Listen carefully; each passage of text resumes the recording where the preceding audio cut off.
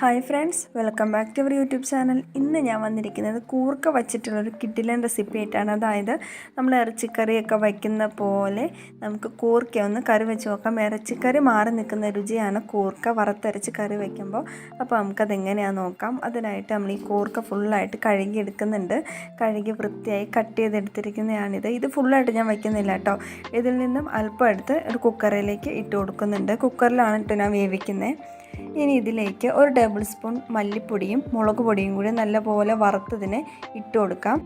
പിന്നെ അല്പം മഞ്ഞൾപ്പൊടിയും ആവശ്യത്തിന് ഉപ്പും പാകത്തിന് വെള്ളവും ഒഴിക്കാം. പിന്നെ ഇതിലേക്ക് ഒരു ടേബിൾ സ്പൂണോളം വെളിച്ചെണ്ണയും ഒഴിച്ചെടുക്കുന്നുണ്ട്. എന്നിട്ട് നമുക്കിത് വേവിച്ചെടുക്കാം. കുക്കറിലായതുകൊണ്ട് ഒറ്റ വിസിലടിച്ചാൽ മതി. അല്ല ചട്ടിയിലാണെന്നുണ്ടെങ്കിൽ ഇത് വെന്ത് വറ്റാൻ പാകത്തിനുള്ള വെള്ളം നമ്മൾ ഒഴിച്ചു കൊടുക്കാനായിട്ട് ശ്രദ്ധിക്കണം. ഇനി ഇത് വേകുന്ന സമയത്തിന് നമുക്ക് ഏകദേശം ഒരു അരമുറി തേങ്ങയോളം എടുത്തിട്ടുണ്ട്. അത് നമുക്ക് വറുത്തെടുക്കാം. ജസ്റ്റ് ഒരു പാനിലേക്ക് ഇട്ട് അതിൻ്റെ ആ ഒരു വെള്ളത്തിൻ്റെ അതൊക്കെ ഒന്ന് മാറിക്കഴിയുമ്പോഴേക്കും ഇതിലേക്ക് ഒരു 2 ടേബിൾ സ്പൂൺ വെളിച്ചെണ്ണ ഒഴിച്ചു കൊടുത്ത് നമുക്ക് നല്ലപോലെ വറുത്തെടുക്കാം.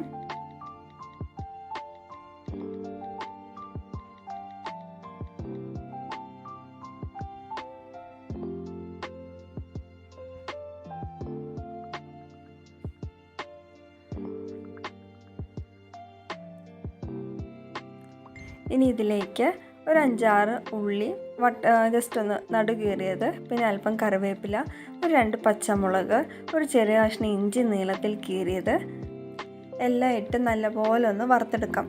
ഇഞ്ചിയും പച്ചമുളകൊക്കെ കുറച്ച് കഴിഞ്ഞിട്ട് ഇട്ടത്, ഞാൻ മറന്നു പോയായിരുന്നു ആദ്യം. എന്നിട്ട് പിന്നീട് ഇട്ടത്, അതുകൊണ്ടാണ് അത് വീഡിയോയിൽ ആഡ് ചെയ്യാത്തത് കേട്ടോ. വെളുത്തുള്ളി ഉണ്ടെങ്കിൽ വേണമെങ്കിൽ വെളുത്തുള്ളി ഇട്ട് കൊടുക്കാം. പിന്നെ ഇതിലേക്ക് അല്പം പെരുംജീരകം ഇട്ട് നല്ലപോലെ ഒന്ന് നമുക്ക് തേങ്ങ വറുത്തെടുക്കാം.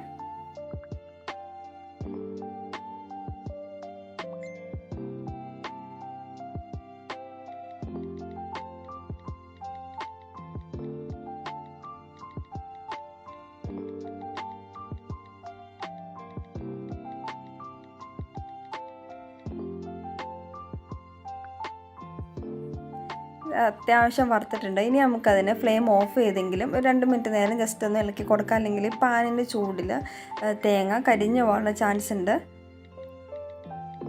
പിന്നെ നമുക്കിതിൻ്റെ ചൂടാറിക്കഴിഞ്ഞ് നല്ലപോലെ അരച്ചെടുക്കണം.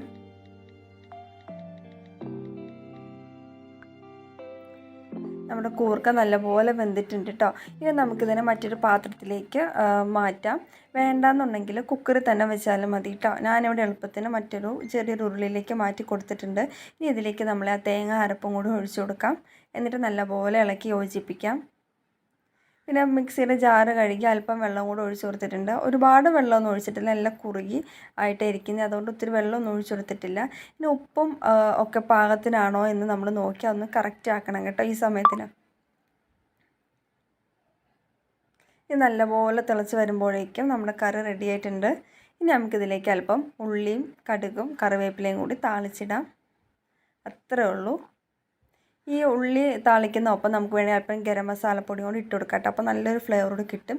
ഗരം മസാല ഇല്ലാത്തതുകൊണ്ടാണ് ഞാനത് ചേർക്കാത്തത്. അപ്പോൾ അതുകൂടെ ആഡ് ചെയ്യുമ്പോൾ കുറച്ചുകൂടി നല്ലൊരു ഫ്ലേവർ ആയിരിക്കും. ഇനിയിപ്പോൾ ജീരകം വേണ്ടാന്നുണ്ടെങ്കിൽ ജീരകം ചേർത്തില്ലെങ്കിലും കുഴപ്പമില്ല കേട്ടോ. ജീരകത്തിൻ്റെ ടേസ്റ്റ് ഇഷ്ടമില്ലാത്തവർ അത് ചേർത്തില്ലെങ്കിലും കുഴപ്പമില്ല.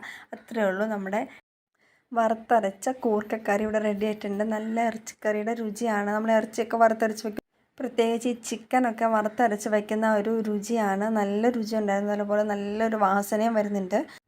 നെക്സ്റ്റ് ടൈം നിങ്ങളുടെ വീട്ടിൽ കൂർക്ക മേടിക്കുമ്പോൾ എന്തായാലും ഇതൊന്ന് ട്രൈ ചെയ്ത് നോക്കണം. ബാക്കി കൂർക്ക വെച്ചിട്ട് ഞാൻ മെഴുക്കുവരട്ടിയും വെച്ചു കേട്ടോ. അപ്പോൾ ഇന്ന് കൂർക്ക ചാറും കൂർക്ക മെഴുക്കുവരട്ടിയാണ് കറി. ഞങ്ങളുടെ ഈ വീഡിയോ നിങ്ങൾക്ക് ഇഷ്ടപ്പെട്ടെങ്കിൽ ജസ്റ്റ് ലൈക്ക് ചെയ്യാനും ഷെയർ ചെയ്യാനും മറക്കല്ലേ. അതുപോലെ ഇതുപോലത്തെ വെറൈറ്റി വീഡിയോസിന് ഞങ്ങളുടെ ചാനൽ ഒന്ന് ഫോളോ അപ്പ് ചെയ്തേക്കണേ. താങ്ക്